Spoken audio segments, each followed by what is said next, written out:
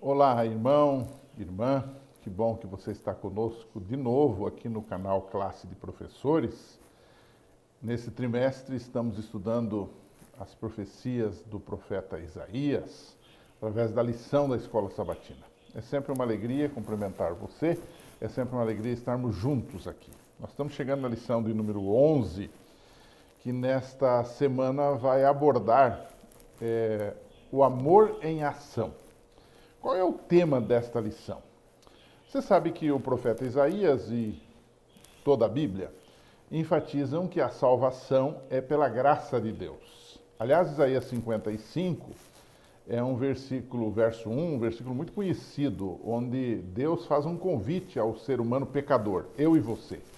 Ele diz, ó vós que tendes sede, vinde às águas, e os que não têm dinheiro, vinde, comprai e comei. Sim, vinde, comprai sem dinheiro e sem preço.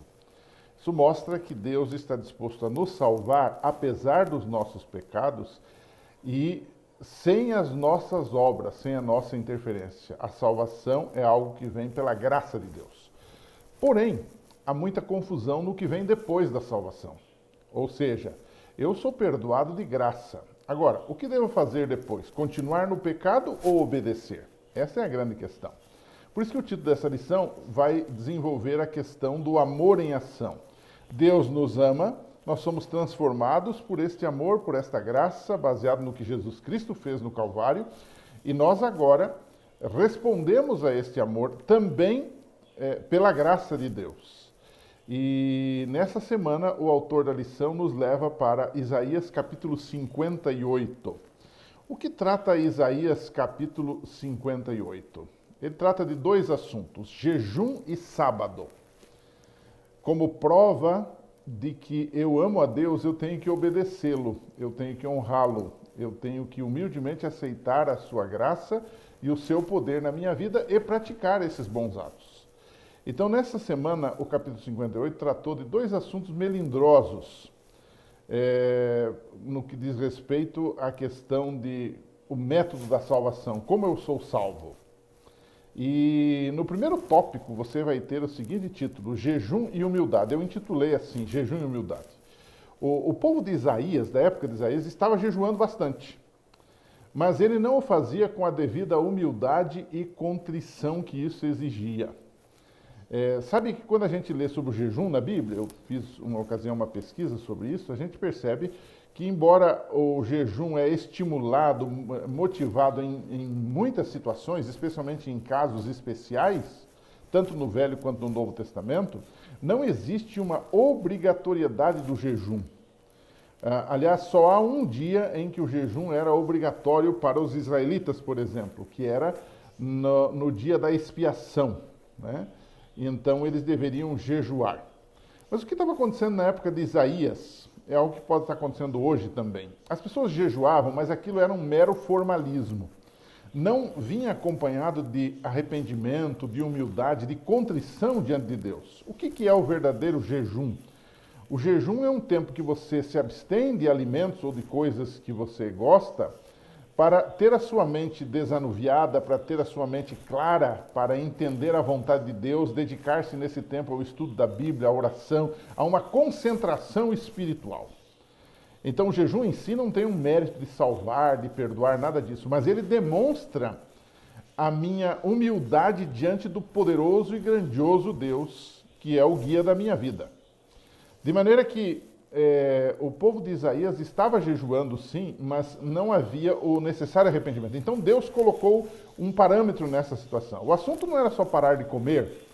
E Deus diz o seguinte, olha, o problema de vocês no jejum que vocês fazem, vocês acham o próprio contentamento de vocês, o próprio prazer de vocês. Ou seja, o jejum está sendo para glorificar vocês e não me glorificar. Essa é a grande questão. Pelo próprio formalismo deles. Então, e o povo até dizia, bom, Deus tem que nos parabenizar, porque nós jejuamos, mais ou menos como aquele fariseu lá de Lucas 18, que diz que jejuava 2 vezes na semana, e etc e tal, como se isso fosse um favor a Deus.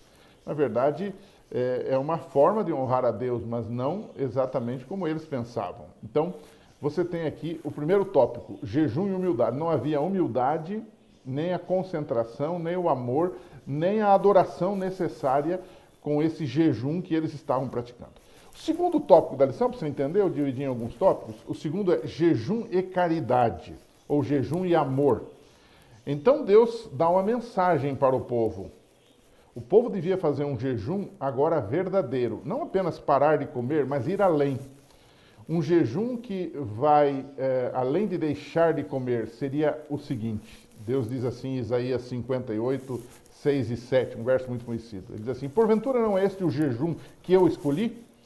Que soltes as ligaduras da impiedade, que desfaças as ataduras do jugo, e que deixes livres os oprimidos, e despedaces todo o jugo? Porventura não é também que repartas o teu pão com o faminto, recolhas em casa os pobres abandonados, e quando vires o nu o cubras, e não te escondas da tua carne?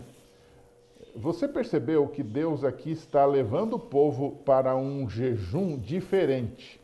Ou seja, eles se abstinham de comer apenas. E Deus diz assim: vocês não têm que se abster só da comida, vocês têm que se abster de outras coisas para ajudar pessoas que estão em real necessidade. Gente que está jogada na marginalidade até. Esse jejum do qual fala Isaías, e que Deus pede, é o mesmo que Jesus praticou em toda a sua vida. Em Atos 10, 38 diz assim, que Jesus andou por toda parte fazendo bem, curando, livrando os oprimidos do diabo. Então, você percebe aqui que Deus está conduzindo o povo para fazer um jejum, mas que esse jejum fosse acompanhado de obras de amor. Por isso que o título da lição é Amor em Ação. Ele diz: vocês são seguidores meus, adoradores meus? Então, adoradores meus são transformados por mim, e esses adoradores correspondem isso nos seus atos, ajudando pessoas, tá? Então você tem aqui dois blocos. O primeiro é a questão do jejum e humildade, o segundo é a questão do verdadeiro jejum, né? Agora, o Isaías 58, como eu disse, ele tem dois assuntos, né? O primeiro é o jejum, nós já tratamos dele. Agora ele passa para um tipo de jejum diferente também. Eu intitulei de jejum e passividade, ou jejum e repouso. Por quê? Porque agora ele vai tratar e vai ligar um tema no outro, ele vai tratar da questão do sábado, né? Depois de falar sobre o jejum verdadeiro, Deus introduz uma outra prática comum aos judeus, que era o sábado. Enquanto que jejum é parar de comer, sábado é parar de trabalhar. Então, ele diz que a questão da guarda do sábado podia ter o mesmo problema do jejum, que era um parar, mas um parar sem significado, um parar sem pensar em obras de amor, de caridade, de honrar a Deus ajudando os filhos de Deus. Não havia ali a verdadeira humildade, a verdadeira contrição, o verdadeiro arrependimento. Era algo formal, em resumo, né? Então, o que nós temos aqui? No sábado, nós paramos o que é nosso e nos dedicamos a Deus. Mas, ao mesmo tempo, o sábado é um dia de se fazer o bem. E fazer o bem é estar cumprindo o jejum previsto em Isaías 58, 6 a 8. Então veja, há uma ligação em 58 entre a guarda do sábado e o jejum, entre o jejum e a guarda do sábado. Uma coisa está ligada à outra. Então, procedendo assim, o povo teria uma experiência real com Deus. Não apenas de fala, não apenas de discurso, mas de prática também. E aí essa experiência, inclusive, foi ilustrada num manancial cujas águas nunca faltam. Isaías 58, verso 11. Ou seja, essa experiência seria uma experiência real, duradoura, né? Vivificante do povo de Deus. E o jejum que eles faziam deixaria de ser algo formal para ser algo prazeroso, feliz e que honrasse a Deus. A mesma coisa com o sábado. Por isso que Isaías 58 tem aquele clássico texto, né, que diz: se você deixar os teus próprios negócios, os teus próprios interesses, havia interesses próprios na prática do jejum e havia interesses próprios dos judeus também na guarda do sábado. Então, Deus disse: não, você não deve estar buscando os teus interesses no meu santo dia. Que interesses seriam esses? Essa é uma boa pergunta para você discutir no final com seus alunos, né?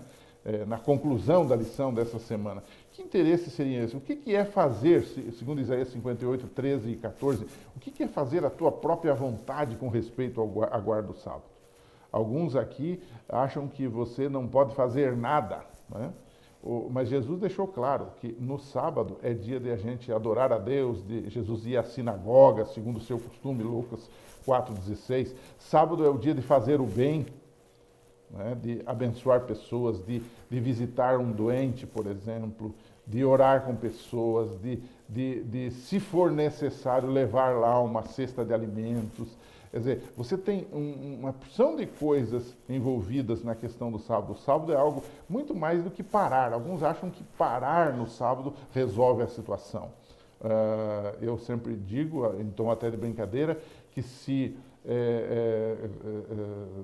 sábado fosse apenas parar as atividades que nós temos, humanas, os vagabundos todos estariam salvos, porque eles não trabalham dia nenhum e não trabalham no sábado também. Então, isso não quer dizer nada. Sábado é um dia da gente dedicar a Deus e da gente fazer a vontade de Deus. É um dia da gente adorar a Deus e, sendo necessário, ajudar pessoas que estejam numa real necessidade. Claro, aqui não se está dizendo que você deve sair por aí trabalhando à torta e à direita. Eu estou ajudando as pessoas. Não, existem limites para isso. É alguma coisa que a gente pode até estudar numa próxima lição. Podemos conversar um pouquinho sobre isso, o que a Bíblia fala sobre a questão de como guardar o sábado. No entanto, há pessoas que às vezes tornam o sábado um fardo. Por isso que Isaías 58 disse que o sábado deveria ser chamado de deleitoso, santo dia do Senhor. Então, fazendo essa ligação entre jejum e sábado, nós concluímos esta lição desta semana. E, como eu disse, no final você poderia fazer uma pergunta aos seus alunos, uma discussão aos seus alunos, o que Isaías está tentando dizer com fazer a tua própria vontade ou seguir os teus próprios interesses lá no capítulo 58, versos 13 e 14, no que diz respeito ao sábado. Estude um pouco sobre isso, pense sobre isso, converse com seus alunos sobre isso, faça-os participar desta lição e que Deus abençoe. A gente se encontra aqui na semana que vem, agora com a lição de número 12. Um abraço e até lá.